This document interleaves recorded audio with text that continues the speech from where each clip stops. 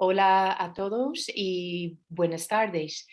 Bienvenido al último webinar que está organizando Polygon Education para este curso escolar de Matemáticas Singapur. Y pues yo primero me gustaría presentarme. Yo me llamo Una McGuinness, soy docente y además formadora de Marshall Cavendish. También, como tengo a mi lado, me gustaría aprovechar del momento y presentaros a mi compañera Ayenara Cerezo, también Hola. formadora de Marshall Cavendish y docente como yo. Lo que sí nos gustaría compartir con vosotros es de que sí, somos docentes, pero además docentes activos. O sea, todo lo que vamos a compartir con vosotros esta tarde es que nosotros estamos ahí en el colegio día a día aplicando la metodología de las matemáticas Singapur. Y hablando de eso, las matemáticas Singapur, por el ratito que vamos a estar juntos esta tarde, pues el título del webinar es Comprensión versus repetición. Como lo he dicho, es el último webinar de matemáticas y vamos a hablar sobre todo sobre las diferencias que hay entre las matemáticas Singapur y las matemáticas tradicionales. Y lo que queremos enfocar y hablar con vosotros es cómo es eso, o sea, cómo es aprender, es más que aprender operaciones matemáticas, esta metodología se basa en un proceso de resolución de problemas en la vida real y sobre todo durante nuestra enseñanza queremos lograr una comprensión de los conceptos que están aprendiendo los niños. ¿Y qué es lo que vamos a tratar? Pues esta tarde vamos a tratar distintos apartados. Primero, mi compañera Ayenara, y ahora paso la palabra a ella, ellos va a hablar un poquito de cuáles son las diferencias entre un aprendizaje tradicional y la metodología Singapur. Después, pues hablaremos un poco ya reflexionando cuando llegamos a una mejor comprensión de qué es enseñar las matemáticas con una comprensión, cómo se puede llevar eso a cabo en el aula. Después vamos a practicar un poquito juntos, resolviendo un problema. Y por último, terminaremos tratando el apartado o un poco lo que llamamos nosotros la metacognición. Por supuesto, si hay algunas preguntas, se puede escribir en el chat durante el webinar. Y al final dejaremos unos 5 minutos por si hay algo que en ese momento podríamos resolver y hablar con vosotros. Así pues os paso con Ayenara. Muy bien, gracias Una. Pues comenzamos comentando un poquito las diferencias entre el aprendizaje tradicional de las matemáticas y la metodología que propone el método Singapur. Bueno, pues tradicionalmente el aprendizaje de las matemáticas ha estado basado en una explicación, una exposición del docente que tenía como objetivo la mecanización de procedimientos. Al final, con la mejor intención, los docentes lo que hacíamos muchas veces era fabricar o crear unos esquemas donde se recogían todas las normas, todas las reglas, todos los casos posibles de cada operación, de cada procedimiento, ¿no? Con la esperanza de que nuestros alumnos y alumnas pues, bueno, fuesen capaces de memorizar todas esas reglas que les estábamos lanzando y mediante la repetición de ejercicios pudieran llegar a una mecanización, ¿no? Entonces, claro, este método pues, nos ha servido durante un montón de años. Podemos pensar que así hemos aprendido todos y que no nos ha ido tan mal, pero claro, sí que es verdad que los conceptos que aprendemos de memoria tenemos el riesgo de poder olvidarlos. Y además vemos que este tipo de aprendizaje tiene un problema que consideramos, tiene varios, ¿no? Pero el que consideramos más importante es que deja atrás o pierde de vista el que pensamos que es el principal objetivo de la asignatura de matemáticas, que es enseñar a los chicos y las chicas a pensar, a resolver problemas, ¿no? Entonces, bueno, pues esa es la idea que vamos a comparar con la metodología Singapur, que está basada más en la comprensión, ¿no? Entonces, ¿qué proponemos? Proponemos que sean los estudiantes quienes utilicen métodos de descubrimiento, ¿no? Que ellos sean capaces de descubrir, de deducir todas esas reglas de las que hemos hablado anteriormente. ¿Y cómo podemos conseguirlo? ¿Cómo pretende el método que lo consigan? Pues mediante observación, mediante investigación, manipulación, mediante enfrentarse ellos a las situaciones que el docente les propone, ¿no? Entonces, bueno, muchas veces también equivocándose, porque equivocándose es la mejor manera de aprender, ¿no? Luego recapacitando bueno, y volviéndolo a hacer de la manera correcta. ¿Qué es lo que buscamos con este método? Que los alumnos sean capaces de crear, de buscar sus estrategias para la resolución de problemas, incluso diferentes estrategias para la resolución de un mismo problema, ¿no? Y que sean capaces al final de distinguir cuáles de esas estrategias les son útiles para cada tipo de problema. La verdad es que es un objetivo ambicioso, pero que creemos que con esta metodología es sencillo que lleguen a adquirir, ¿no? Entonces, claro, ahora podemos pensar, ¿no? ¿Y dónde queda el papel del docente? ¿Cuál es mi papel en el aula si son ellos los que van a ser los protagonistas, ¿no? de su propio aprendizaje? Bueno, pues la labor del docente es guiar. Es guiar ese aprendizaje, es proponer retos, proponer tareas de investigación, proponer problemas y sobre todo haciendo un montón de preguntas y potenciando que ellos a sí mismos se hagan un montón de preguntas.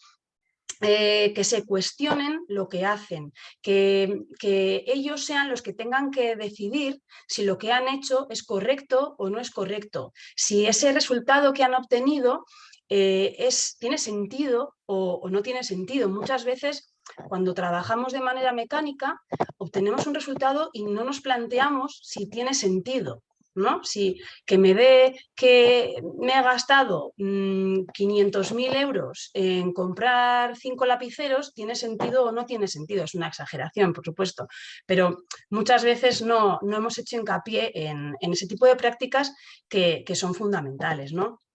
Entonces, bueno, buscamos que los alumnos sean capaces de comprender qué operación tienen que aplicar para resolver cada tipo de problema y no solo que comprendan qué operación es la que necesitan en cada momento, sino que también comprendan cómo se efectúa esa operación, ¿no? Que entiendan por qué tengo que hacer esto, ¿no? De esa manera es más fácil que sean capaces de resolver de manera correcta y es más fácil que no necesiten tirar de memoria y de mecánica para resolver los problemas. Además, la metodología Singapur propone un trabajo cooperativo en el aula. Un trabajo que fomente que los alumnos hablen mucho entre ellos, que se rebatan las ideas, que argumenten, que pongan palabras a todo lo que están pensando, con el objetivo principal, por supuesto, de ser capaces de resolver problemas. El aprendizaje cooperativo nos aporta un montón en el aula, ¿no? Desde diferentes formas de enfocar un mismo problema hasta diferentes formas de realizarlo y, por supuestísimo, la cooperación, la ayuda que unos alumnas pueden hacer a los demás, ¿no? Y dando a cada uno la oportunidad de aportar en lo que es bueno. Bien, además, este tipo de manera de trabajar, ¿qué nos aporta? Pues nos aporta que vamos a ser capaces de enganchar a más chavales, de no perder a alumnos por el camino porque no sean capaces de memorizar, por ejemplo, o porque no sean capaces de entender eso que han memorizado, en qué situaciones tienen que aplicarlo, o porque simplemente no lleguen a mecanizar los procedimientos que se les presentan, ¿no? Entonces, claro, estamos hablando en este caso de alumnos que tuvieran algún tipo de dificultad de aprendizaje, por ejemplo. Y claro, por otra parte, que hay muchas veces que se nos olvida atender a estos alumnos y alumnas con alta capacidad. Con esta metodología lo tenemos facilísimo, facilísimo, porque es tan sencillo como proponer un reto un poquito más ambicioso, hacer preguntas más complejas, incluso trabajando la misma materia. Dentro de lo mismo que se está trabajando, podemos proponer situaciones un poquito más complicadas para que estos alumnos puedan alimentar esas ganas de aprender, ¿no? Y sobre todo evitar que se desconecten y que lleguen a aburrirse en clase, algo que me parece pues una aberración, ¿no? Es algo que no podemos permitirnos, que los alumnos se nos aburran. Entonces, bueno, pienso que son bastantes las ventajas que propone esta metodología con respecto a las del aprendizaje tradicional. Y claro, ahora lo que ha comentado antes Una, ¿no? Todo esto, ¿cómo lo llevamos al aula? Entonces, bueno, pues ahora le doy la palabra a mi compañera para que ella os lo cuente. Muchas gracias, Anara. La verdad, cuando te escucho también hablar de eso, ¿no? De qué es la filosofía o qué es la diferencia entre un aprendizaje, ¿no? Comprensivo versus un aprendizaje basado en muchísimo repetición, la verdad que cada vez pues estoy más convencida y es con mucha ilusión, pues ahora que claro que quiero como compartir, explicar y un poco qué es lo que hacemos nosotros en el aula, lo que he mencionado al principio, ¿no? De que tanto Anara como yo, o sea que eso lo estamos llevando a la práctica, o sea que lo estamos viviendo el día a día y todo lo que os voy a contar ahora es que lo he hecho y pienso seguir haciéndolo, ¿no? Entonces es como un poco como una gestión eficaz del aula puede ayudarnos o facilitarnos, no sé si es la mejor palabra a usar, ¿no? Ayudar a nosotros lograr ese tipo de aprendizaje de comprensión. Pues, y de alguna manera lo que yo quiero decir, y Ayanara lo acaba de mencionar, o sea, es el alumno ahora en el aula, o sea, que tiene que ser el protagonista. ¿No? Pero nosotros también, el docente, aunque nosotros damos ese protagonismo al alumno, en ningún momento nosotros estamos perdiendo el rumbo, digamos, de lo que tenemos planificado en la sesión o nuestro objetivo de enseñanza, ¿no? Y, y no es fácil. Incluso el cambio cuesta. Pero merece la pena, de verdad. ¿Y cómo podemos lograrlo? Pues lo primero es pensar y tener una buena planificación. Una buena planificación de cada sesión. ¿Y en qué consiste eso? ¿Qué es lo que conlleva? Pues primero es tener, y además lo tenemos aquí delante, ¿no? En la pantalla, el objetivo que yo voy a plantear a mis alumnos tiene que ser muy simple, o sea que muy claro. ¿No? Y también todos nosotros conocemos a nuestros alumnos, sabemos el nivel que tienen y sabemos hasta dónde podemos llegar con ellos. Entonces, ese objetivo que planificamos para una sesión de matemáticas, con el fin de lograr un aprendizaje con comprensión, tiene que ser algo real. Que nosotros, o sea, planteamos un reto, pero por otro lado sabemos que con el alumnado que tenemos lo vamos a lograr. En donde lo primero lo que tenemos que considerar también es en el currículum espiral.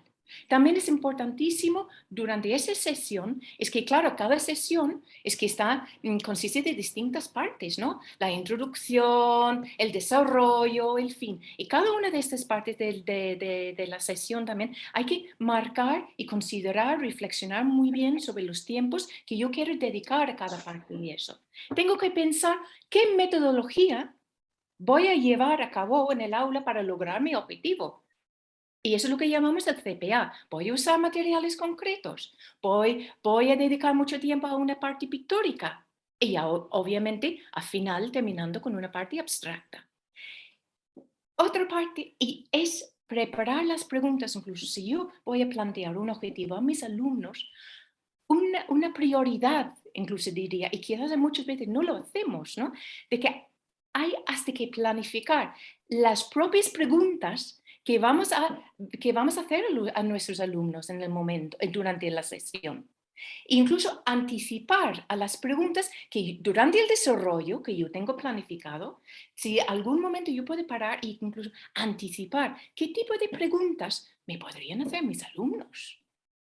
Y dentro de eso, claro, lo que ha dicho Ainara, o sea que eso es una metodología también que abre muchísimo el abanico, o sea que hay que no solo preparar actividades para los alumnos avanzados, pero también atender a la atención a la diversidad, ¿no?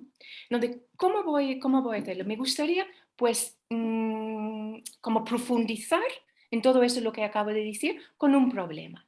¿Por qué un problema? Porque en la metodología de Singapur, el eje es la resolución de problemas. O sea que lo que dicen es, lo que recomiendan a nosotros es todos los conceptos de matemáticos que enseñamos a los niños, o sea que lo tenemos que presentar a través de un problema. Pero no problemas cualquiera, o sea que esos problemas tienen que ser tremendamente reales y significativos para los niños. O sea que los niños lo que están aprendiendo en el aula tiene que tener sentido para ellos. O tiene que ver, si yo estoy aprendiendo a resolver ese problema, eso lo puede conectar perfectamente con mi vida real, aquí fuera del aula. Porque lo que me está enseñando mi profesora, mi profesor, son herramientas para salir de aquí y me sirven cuando voy por ahí. ¿Vale? Donde el problema que, por cierto, y ese cuando tú quieres enseñar una habilidad nueva, digamos, de las matemáticas a través de un problema, eso es lo que nosotros llamamos una tarea de anclaje, ¿vale? Y la tarea de anclaje también, y la he mencionado en una de las cosas que tú tienes que planificar, tú tienes que parar un momento y contemplar lo que es el currículum espiral. ¿Qué quiero decir con eso? Yo, antes de plantear el problema que ahora estoy compartiendo con vosotros, yo tengo que evaluar los conocimientos previos que tienen mis alumnos. Porque lo que yo quiero decir que cada conocimiento previo es como un ladrillo en un mural que estamos construyendo, ¿no? Y entonces es sobre eso, o sea que yo no puedo dejar esos conocimientos previos aislados, no.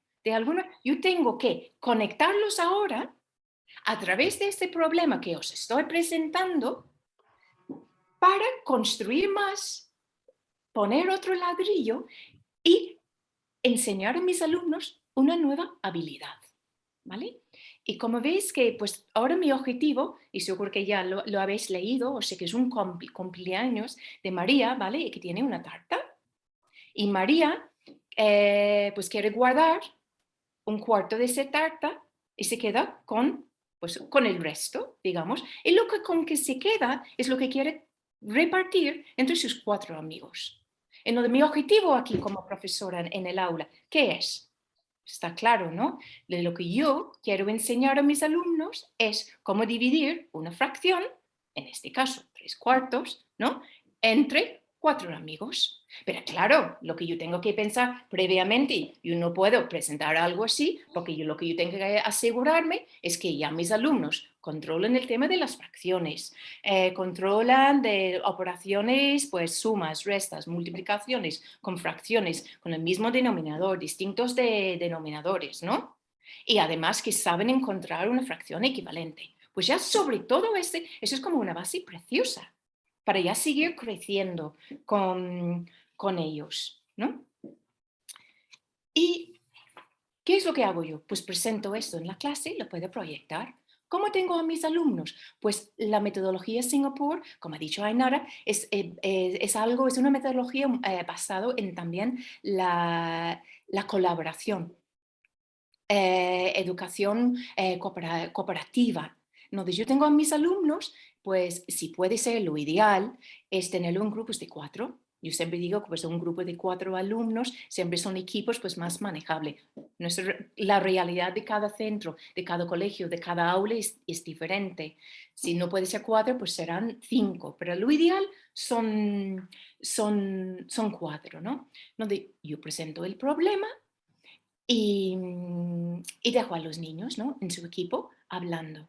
Eso sí, es tremendamente importante mis preguntas. Entonces, yo en ese momento los dejo. Además, a su vez, tengo todo el material que yo considere que sea concreto. O papel, porque igual algunos equipos van a querer dibujar. Pero todos esos recursos que yo creo que van a necesitar para resolver ese problema, lo dejo disponible para ellos en el centro de cada equipo. ¿Qué es mi rol en ese momento? Porque queremos lograr que el protagonismo lo tienen los niños, ¿no? En donde nosotros estamos como en la sombra, pero controlando, pero como observando, guiando, orientando con mucha discreción. O sea que realmente estamos dejando un momento, una libertad a los alumnos, pues hablar. Porque lo que queremos crear en el aula es un ambiente positivo, un ambiente relajado, un ambiente lleno de motivación, de que alguna manera que pueden colaborar, ayudar uno al otro para resolver ese problema. Según va avanzando, yo voy pasando por los equipos y todas las preguntas que yo tenía planificado, pues las voy preguntando, ¿vale? Intentando ayudarles pues a resolver el problema. Importante también, tengo que considerar lo que os he dicho, cuánto tiempo quiero dedicar a los niños trabajar en este equipo para resolver el problema. En este caso, pues podemos decir unos 10 minutos, ¿no? Y al final de esos 10 minutos ya pues te puedes invitar a un representante, un portavoz de uno de los equipos a salir a explicar y a compartir con sus compañeros la resolución del problema. Igual hay algunos equipos que no lo han logrado, pero no pasa nada. Porque lo último que tenemos que hacer es decir al alumno, no, así no es. No, eso no lo has hecho bien. Hay que evitarla. No, no es el objetivo quizás para ellos, como están aprendiendo algo nuevo, pues quizás no llegan a resolver el problema, pero que no pasa nada. Por eso estamos nosotros. Y durante, igual, algún equipo puede salir y una posible resolución al problema es lo que es esto. Puede ser una representación pictórica, ¿vale? Igual otros equipos no han optado por esa manera de resolver el problema, ¿no? Pero otros sí. Y aquí se ve pues la fabulosa tarta de cumpleaños a falta de trozo que María ha guardado para sus abuelos y se ha quedado con 3/4. Entonces, ¿qué es la operación que tienen que hacer los niños? Y lo bonito de eso, ahora si hay un niño ahora delante de sus compañeros totalmente tranquilo, totalmente contento, contenta, dialogando, expresando con sus propias palabras cómo hemos logrado resolver eso. Porque muchas veces la comprensión, y eso es lo que va, la comprensión llega mucho mejor de un compañero, de un niño a otro niño. Mucho mejor que si nosotros estamos delante de la casa y explicamos, eso es como se hace. ¿Vale? Eso es lo que estamos buscando.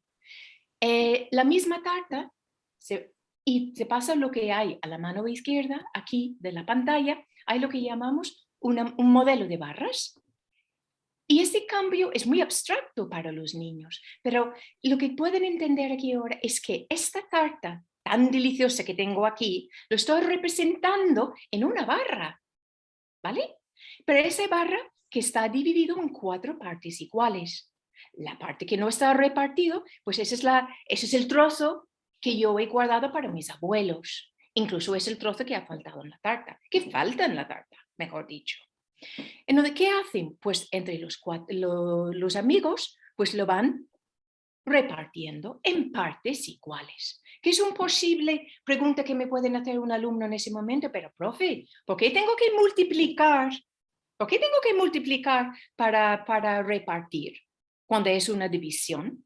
Entonces ahí con pues esa imagen es mucho más visual, lo vas explicando y al final y al cabo pues terminamos a la conclusión, ¿vale? Pero a través de muchas preguntas. Incluso muchas preguntas que en ningún momento yo doy como la respuesta correcta. Yo puedo decir, incluso dejarlos unas preguntas muy abiertas, es decir, ¿estáis de acuerdo con tu compañero o no? O sea que mucho, o sea que pero un diálogo fluido, comprensivo, que están atentos, que están escuchando uno al otro y llegarán a la conclusión comprensiva, insisto, de que efectivamente a cada niño le ha correspondido pues 3/16 de la tarea, ¿vale? Entonces, una vez terminado eso ya, la resolución del problema, pasamos a lo que llamamos la segunda parte de la sesión.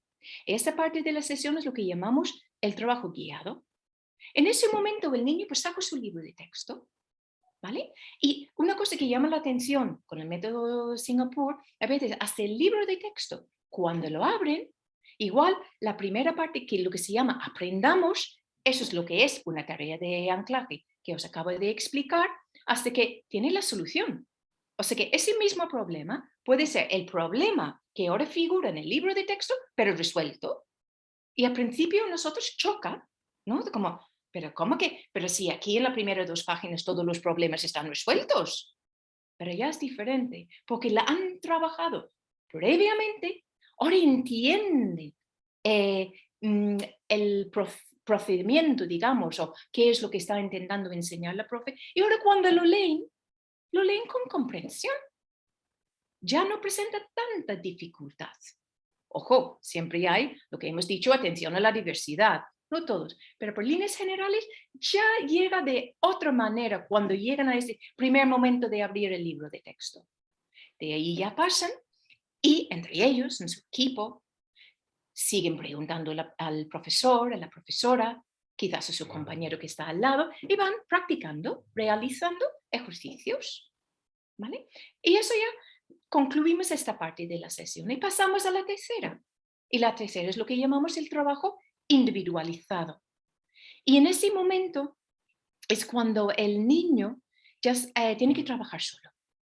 Eso cuando sacan ya el material fungible, donde hay muchas tareas, actividades, ejercicios, problemas de resolución que tiene que realizar ellos. Y además es buenísimo, porque en ese momento incluso sirve para el profesor como una especie de evaluación formativa. O sea que no estamos dejando todo para hacer el típico evaluación final de la unidad. No, estamos siendo tremendamente activos durante. Y en ese momento yo puedo ver, quién realmente sabe hacerlo, quién ha adquirido con comprensión el algoritmo de dividir una fracción entre un número entero. Porque los que lo han entendido y no presenten dificultades, lo van a hacer. Y van a estar en silencio realizando sus trabajos. Y los que no, pues van a preguntar. Entonces, un indicador tremendamente importante para nosotros, porque en ese momento, pues igual esos niños tienen que volver a usar otra vez un material manipulativo, tienen que volver a dibujar y necesitan un poquito más de apoyo desde el docente. Porque lo que tenemos que tener muy claro, no podemos avanzar con el temario si no tenemos casi un 100% de nuestro alumnado, o sea que podemos decir que sí, ya controlan ese concepto, pues ahora avanzo. Atención a la diversidad. Obviamente cada niño tiene su ritmo. Pues algunos necesitan más apoyo. Por eso, en una buena planificación de una sesión, o sea que es importantísimo también tener preparado actividades, tareas para estos que van un poco más avanzados, ¿no? Es plantearles más desafíos, más retos. Pues para resumir, aquí os he recogido todo lo que he hablado como en una plantilla para la planificación de la clase. Lo que he dicho, plantear primero el objetivo, mantenerlo simple, ¿vale? La tarea de anclaje, ¿en qué consiste esto? En preguntas planificadas y las respuestas anticipadas. La resolución de problema y cada sesión o cada momento también tu tarea de anclaje puede variar, ¿no? Igual hay algún día te apetece hacerlo en pequeño grupo. El ejemplo que he utilizado hoy, pues he mencionado grupos pequeños de 4 alumnos. O quizás otro día te apetece pues, hacerlo en pareja o en gran grupo y siempre contemplando qué materiales voy a utilizar, ¿vale? Y terminando con la parte abstracta, ya la parte guiada y la parte pues independiente, que es el trabajo individual. Otra cosa antes de dejar ese tema que os quiero consultar. Igual algunos estáis escuchándome con, es imposible que yo en una sesión, yo cubro todo eso. Totalmente irreal, porque cada centro es diferente dependiendo de tu colegio. Igual hay colegios que disponen de 45 minutos de matemáticas, otros de 1 hora, otros de 50 minutos. Eso ya no lo sé. Pero lo que sí creo y para lograr ese aprendizaje comprensivo es seguir la secuencia. O sea que cuando tú quieres introducir una habilidad nueva, empieza con una tarea de anclaje. Igual un día, y cada día es un misterio. Igual el primer día tú tienes pensado, en ese día me voy a hacer mi tarea de anclaje y además si hay tiempo, pues haré mi práctica guiada. Y resulta algo pasa. Cualquier cosa, es una caja de sorpresas cada día en el colegio. Pues igual lo que tú tienes planificado que un día, pues solo has podido lograr la tarea de anclaje. No pasa nada. Pero al día siguiente, pues pasas a lo que es la práctica guiada. Pero lo que estoy insistiendo es seguir las pautas, seguir los pasos. Aunque igual tardes 2 o 3 sesiones, no pasa nada. O incluso te puedes plantear una tarea de anclaje y al final de esa sesión no has logrado lo que era tu objetivo. Mis alumnos, la mayoría, no lo han entendido. Pues no pasa nada. Al día siguiente te puedes replantear otra tarea de anclaje. Y ya seguimos adelante con los siguientes pasos. Y al final siempre hay que hacer una reflexión, ¿no? Sobre cuando llegan al final de aprender su concepto nuevo, lo tienen que explicar ellos. Pero eso es una cosa que tenemos guardado para el final del webinar y hablaremos más adelante de esa reflexión tan bonito que son capaces de hacer nuestros alumnos. Ahora te paso otra vez con Ayanara. Muy bien, mira, vamos a practicar con un problemita, ¿no? Planteamos que en un vaso se vierte una cierta cantidad de Coca-Cola y el peso total del conjunto es de 240 gramos.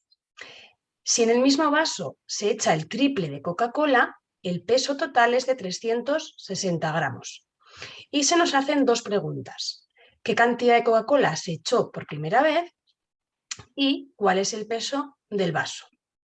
Vale, cuando planteamos un problema como este, pues como habían dicho una, tenemos que tener bien pensadas cuáles son las preguntas que vamos a proponerles a nuestros chicos y chicas y también estar preparados para las posibles preguntas que ellos nos puedan hacer, ¿no? Entonces, en este caso, para asegurarnos de que todo el mundo ha entendido de qué va el problema, podemos preguntarles, a ver, ¿de qué va? ¿Qué cosas están interviniendo en este problema? Pues están interviniendo un vaso y también hay Coca-Cola, ¿vale?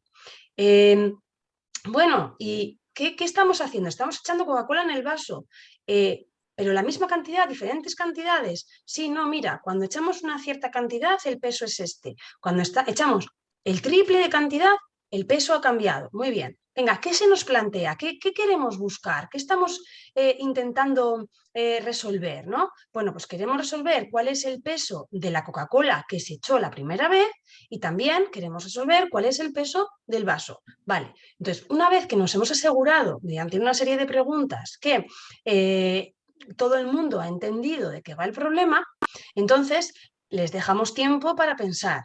Puede ser en equipos, en parejas, como bien ha dicho una, incluso en grupo grande, ¿no? Entonces, una vez que hemos decidido cuál va a ser nuestra forma de trabajarlo, pues empezamos a dejar a los chavales que lo piensen y que ellos vayan proponiendo sus estrategias. Es posible que nos encontremos diferentes estrategias, pero bueno, una de ellas podría ser la siguiente, la que vamos a modelizar con un modelo de barras. Pásame una, porfa, a la siguiente diapositiva, gracias. Entonces, el modelo de barras, que también lo ha mencionado mi compañera, pues es uno de los pilares. Es uno de los pilares que propone el método Singapur para la resolución de problemas. Y es debido a que es un método francamente eficiente. Porque, bueno, no os lo he comentado, pero este problema lo podríamos proponer en un nivel de cuarto o quinto de primaria, pero no sé si me está escuchando alguien que sea profesor o profesora de secundaria, pero también es un problema que perfectamente tiene cabida en segundo de la ESO, por ejemplo, ¿no? Porque yo no sé si hay alguien que se estaría planteando hacerlo mediante un sistema de ecuaciones. De hecho, es lo que me pasó a mí la primera vez que me plantearon un problema de este estilo en una de las formaciones del método Singapur, que yo dije, esto es imposible hacerlo sin álgebra.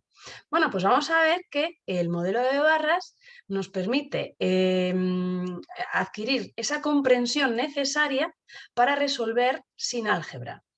Entonces, es tan sencillo como proponer una barrita en la que representamos el peso del vaso y otra barrita justo al lado en la que representamos la cantidad de Coca-Cola que hemos echado, ¿no? De manera que con una llavecita en la parte inferior representamos que ese conjunto tiene un peso de 240 gramos. En la parte superior, como veis, hemos puesto dos llavecitas con una interrogación, representando las dos incógnitas, ¿no? Las dos cuestiones que nos ha propuesto el problema. ¿Qué hemos hecho en la representación inferior? Vale, lo que hemos hecho ha sido volver a representar la barrita del peso del vaso, pero esta vez con 3 partes de Coca-Cola, porque se nos dice que habíamos echado el triple de Coca-Cola en el vaso. Este peso total de este conjunto es de 360 gramos. Una vez que algún alumno o alumna ha planteado este modelo en la pizarra, es posible que surjan preguntas. ¿Tienes alguna pregunta? Pues sí, porque, profe, lo que yo estoy pensando, lo que yo había entendido, lo que yo hubiese dibujado, que no entiendo por qué, si hay el vaso que tiene una cantidad de Coca-Cola, lo que no entiendo por qué no puedo añadir 3 partes más a esta base. Entonces, ahora mismo nosotros como profesores, como docentes, tenemos que tener esa pregunta anticipada, porque si no nos quedaríamos como, ¿y? Claro, y es que muchas veces cuando empezamos a trabajar con esta metodología nos damos cuenta de que algunos problemas no están del todo claros, ¿no? Dices, es que este problema no deja claro si ese triple cantidad de Coca-Cola la hemos echado en el vaso vacío o en el vaso que ya tenía la anterior cantidad de Coca-Cola. Entonces, tenemos que dar por válida una de las dos interpretaciones y tirar por tierra la otra, o podemos darlas las dos como interpretaciones posibles. Pues evidentemente, siempre que un alumno o una alumna nos justifique su manera de verlo, tenemos que dárselo por buena. Y tenemos que resolver el problema automáticamente de las dos formas posibles. Porque esa interpretación que ha hecho esa persona en ese momento se le puede ocurrir a otra persona en cualquier otro momento. Y todas las interpretaciones, siempre que estén justificadas, son válidas. Igual que todas las representaciones en modelo de barras, siempre que concuerden con lo que nos está proponiendo el problema, vamos a darlas como representaciones válidas, porque cada uno pensamos de una manera diferente, cada uno interpretamos de una manera diferente y lo importante no es si me da 10 o me da 200. Lo importante es que esa persona esté haciendo ese trabajo de comprensión, ese trabajo de interpretación, de poner palabras a lo que está pensando, que sea capaz de explicar y de resolver según su interpretación, ¿no? Y bueno, quienes os animéis a trabajar con este método ya vais a ver que más de un problema os da un sustillo de estos de que diferentes personas nos dan interpretaciones distintas y tenemos que estar preparados para salir de ellas, ¿no? Sí, yo, Entonces, bueno, Ainara, sí. perdona por interrumpirte, porque No. eso me ha pasado muchísimas veces en el aula. O sea que tú sales, un niño tiene su forma, la ha visto de una manera y la ha justificado perfectamente. Y que tienes otros compañeros, compañeros, sus compañeros de clase y dicen que no, que no, que no. Yo no estoy de acuerdo porque yo lo he imaginado de otra manera. Y además es un momento precioso en el aula, porque estás llegando a un momento de que ole por los niños, ¿no? De que madre mía, cómo lo están entendiendo, cómo lo están logrando, sí, cómo están aprendiendo. O sea que es muy bonito. Lo que tú dices, hay que dejarles expresarse. Sí, y que además diga, no, no, no, no estoy de acuerdo, porque fíjate, te está diciendo que echas el triple en el vaso, entonces en el vaso vacío echas el triple, ya, pero es que yo estoy pensando que es en el vaso que ya tenía Coca-Cola, entonces, y claro, cada uno te está planteando su manera de verlo y lo está representando de manera pictórica y sabes que 5 minutos después lo va a hacer de manera abstracta y estás trabajando dos problemas en uno, Mm, lo cual es muy enriquecedor, mm, sobre todo cuando llegan a un acuerdo, sobre todo cuando llegan a ese respeto mutuo de, vale, yo respeto cómo lo has interpretado y además la resolución que tú has dado a tu interpretación la considero correcta. Yo lo he interpretado de esta otra manera, mi resultado es diferente. Va a dar diferente el resultado, por supuesto, pero es muy, muy enriquecedor. Por eso estamos hablando de que una vez que hemos conseguido o que estamos trabajando el aprendizaje de manera comprensiva, no hace falta hacer 27 problemas de lo mismo para que nuestros chicos y chicas consigan adquirir esos aprendizajes que nosotros nos hemos propuesto en los objetivos, ¿no? Bueno, en este caso voy a explicar cómo lo hemos resuelto, porque quiero, no sé, pues hablando de, bueno, se me da que creo que soy de secundaria, pues si acaso hay alguien de secundaria que vea que este modelo es totalmente aplicable a etapas superiores y que de hecho el hecho de que nuestros chicos y chicas sean capaces de comprender el modelo de barras en primaria nos es sumamente útil en secundaria. Y es que, bueno, pues en este caso nos damos cuenta de que el peso del conjunto vaso más una parte de Coca-Cola lo tenemos representado también en la parte inferior. Y entonces podemos hacer una estrategia de sustitución. Si yo sustituyo el peso de un vaso, del vaso por una parte de Coca-Cola por 240 gramos, y a 360 gramos, que es el peso del conjunto total, le resto 240, obtengo que hay 120 gramos para repartir entre dos partes de Coca-Cola. Ahora mismo lo único que tengo que saber es dividir 120 entre 2 para saber que la parte inicial de Coca-Cola que habíamos colocado en el vaso es de 60 gramos. Y una vez que tengo ese peso de la primera parte de Coca-Cola, puedo averiguar cuánto pesa el vaso utilizando la primera de las representaciones que hemos utilizado. Si alguien me ha escuchado resolver este problema, se ha imaginado perfectamente una estrategia de resolución de un sistema de dos ecuaciones con dos incógnitas mediante el método de sustitución. No el que nosotros les contamos a nuestros chicos y chicas de despejo una de las incógnitas de una de las ecuaciones y la sustituyo en la otra. A continuación resuelvo, o sea que les damos un montón de reglas que ellos tienen que aprenderse de manera secuenciada para resolver un sistema. De esta manera, visualizando un modelo de barras, pueden hacer un modelo de sustitución en un sistema. Si pasas una, por favor, a la siguiente diapositiva, okay. hacemos un modelo de sustitución, pero no el típico, uno mucho más eficiente y que nos permite resolver el sistema de una manera muchísimo más sencilla.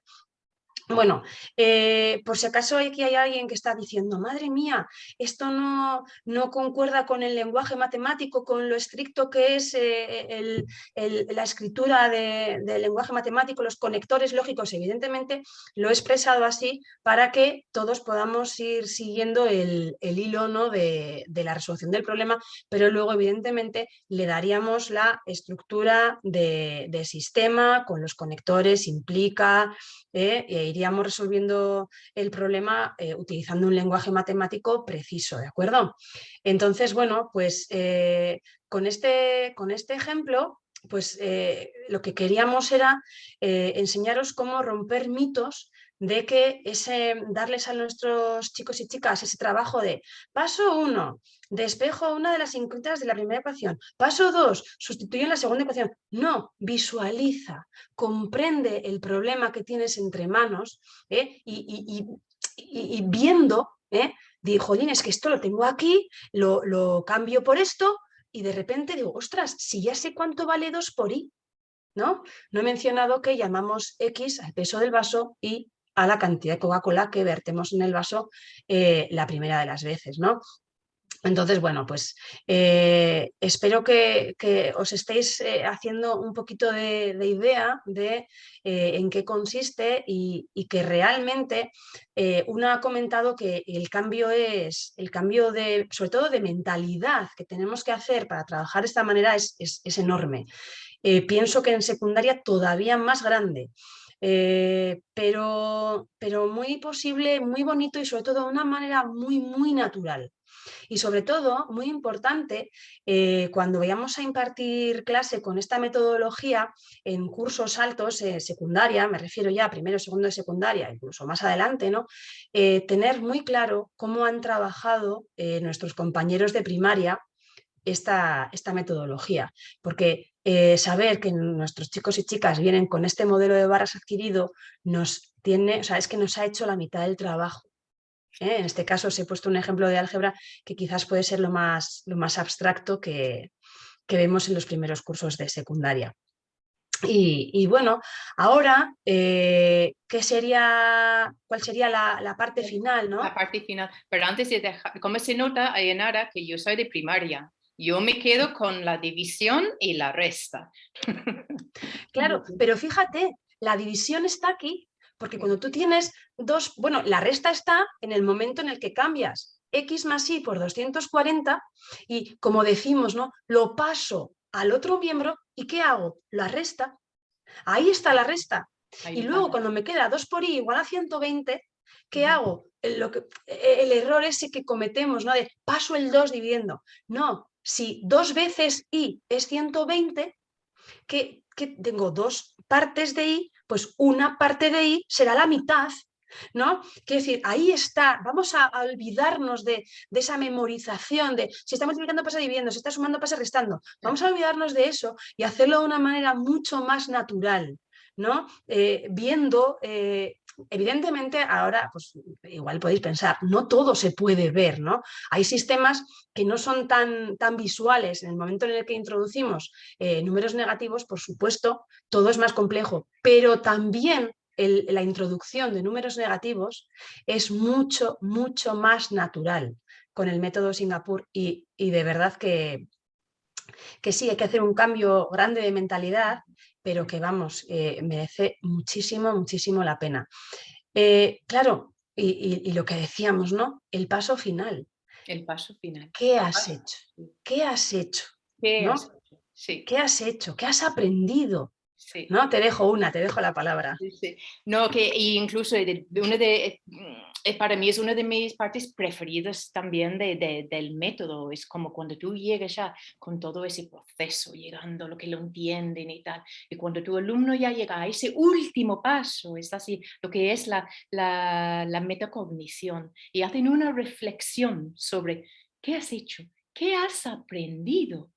Y que el alumno lo puede expresar con sus propias palabras, que es la parte más difícil. Incluso, no sé si os pasa alguna vez o sé que en la clase, como, no, explícalo tú.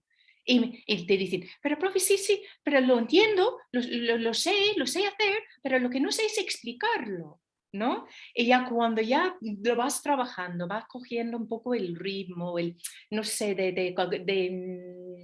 entender el método. Y cuando ya llegan y saben que ellos al final tienen que hacer su metacognición y te lo hacen, lo comparten, lo escriben. Y muchas veces es lo que llamamos también, lo que se usa mucho es el diario matemático, ¿no? Y que los niños que tengan su diario, que pues hoy o en esta unidad he aprendido, pues en mi caso, mi ejemplo que ha sido, ¿no? Dividir una fracción entre un número entero y te lo explican ellos. Es como ya has llegado a final. O sea que sí lo he logrado. ¿no? De que Eso es. eso es, sí, es muy, muy bonito. Y muchos dicen, pero ¿cómo que se lo tienen que escribir?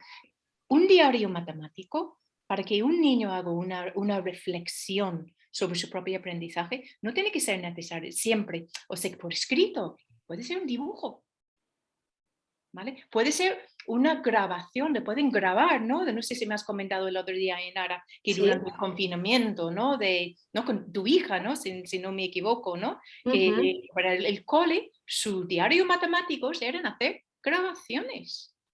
De que yo he aprendido eso, un mensaje de voz. Sí. Sí, sí, yo también muchas veces en vez de un diario lo hicimos en un mural en la clase. Y que lo que dicen los niños. Y ellos, Ujú. cada uno con su frasecita, su palabra, para explicar Sí. lo que es. Y Sí, sí. Yo lo utilizo hasta en segundo de bachillerato y se lo evalúo además. O sea, no es que se lo evalúe, es que se lo puntúo, son puntos extra que ellos pueden conseguir, es obligatorio, pueden conseguir puntos si lo hacen bien, que casi siempre lo hacen bien, pero les exijo hacer ese trabajo de ahora explícame qué has hecho bien, qué has hecho mal, por qué lo has hecho mal, en qué te has equivocado, qué tipo de error has cometido, qué tenías que hacer para hacerlo de manera correcta. Y es una práctica que empecé a hacer en el confinamiento. Empecé con mi hija pequeñita, grabándole los vídeos para que ella explicara lo que había aprendido y dije, ostras, si lo puede hacer mi niña de 5 años, lo pueden hacer mis chicos de 17. Y efectivamente, empecé a hacer en el confinamiento y es una de las prácticas que se han quedado conmigo. Porque realmente es que es muy útil y cuando ellos se ven capaces de expresar lo que están pensando, ¡buah! La satisfacción es impresionante. Sí, sí, la verdad que sí. Pues compañeros que están allí fuera, ¿no? Que pues terminamos el webinar. Espero que os hayáis gustado, que os haya servido para entender un poco mejor pues lo bonito que es este método, ¿no? Y los cambios que estamos, los cambios que está conllevando el método, ¿no? Al aula de hoy en día. En los coles. Y repito, para más información, aquí tenéis un mail, ¿no? El mail de Polygon Education, donde podáis escribir, preguntar cualquier cosa. Y con eso, pues un gran saludo y feliz fin de curso, que ya nos queda poco. Eso es. Un abrazo. Un abrazo.